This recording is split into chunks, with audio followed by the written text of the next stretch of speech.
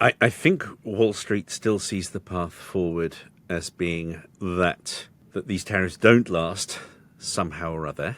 The reason we haven't seen even more of a sell-off than we have is a belief that this will make tax cuts, or at least, continuation of the first Trump term tax cuts, even more important. It will make deregulation even more important. It will light a fire under Republicans in Congress to make sure those things happen.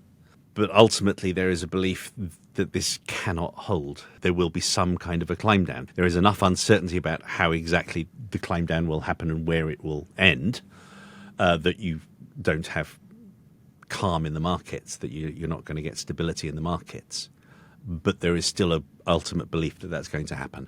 If you look at the Fed funds futures market, there is confidence that the Fed is going to be cutting by a full percentage point this year, even though Jay Powell just said inflation looks worse than it did and I'm in no hurry to cut. But there is a belief that this is going to do economic damage and the Fed is going to have no choice but to cut. And there is also a belief, but it doesn't appear to be about the stock market. It will ultimately about polls and Republicans in Congress asserting themselves. But there is also a belief that politically there is a level that will force Trump to change his mind, to alter course.